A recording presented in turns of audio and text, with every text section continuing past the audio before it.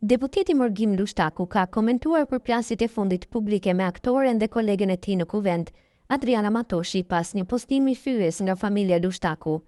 Lushtaku tha se për shkak të atij statusi, edhe motrat e tij kanë ndjer nevojën të reagojnë pavarësisht se ai kishte kërkuar që të mos përfshihen publikisht. Statuset e Adrianës janë bërë që të reagojnë edhe motrat e mia, edhe pse unë nuk kam dashur sepse dua të ruhet privatësia e tyre, por ato nuk mund të heshnin ndaj ofendimeve të rënda që janë bërë në drejtim të babait tim dhe familjes sonë, tha ai.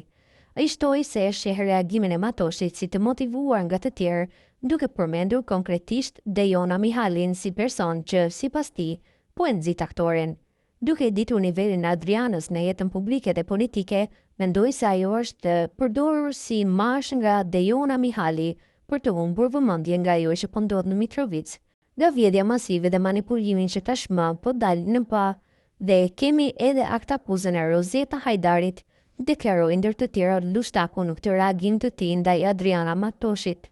Këshilltarja e presidentes e Vjosa Osmani, Donika Ikada i Bujupi, ka reaguar ndaj deklaratave të ish kryeministrit Avdullah Hoti, duke cilësuar atë si njeriun e fundit në Kosovë që mund të flasë për moral politik. Në një postim në Facebook, Bujupi kujtoi kohën kur Hoti mori detyrën e kryeministrit, duke thënë se ai u bë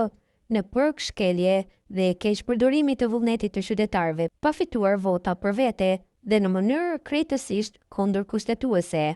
Ai ushtoi se gjatë mandatit të tij, Hoti u nënshtrua para presidentit të Serbisë Aleksandar Vučić dhe e quajti modelin e tij të politikbërjes shembulli më i keq që qytetarët duhet të shmangin. Në vijim postimi i saj plot, Avdullah Hoti është njeriu i fundit në Kosovë që mund të flasë për moral politik.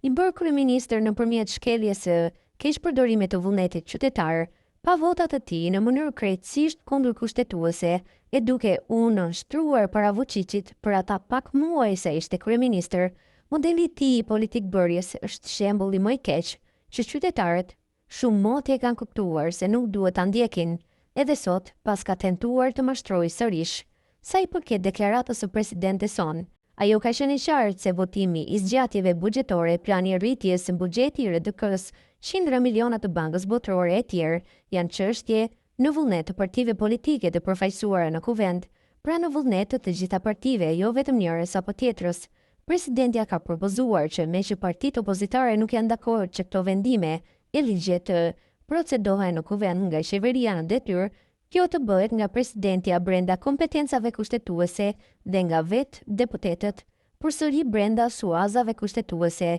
Kjo gjë jo vetëm që lejohet, por është e parashikuar në mënyrë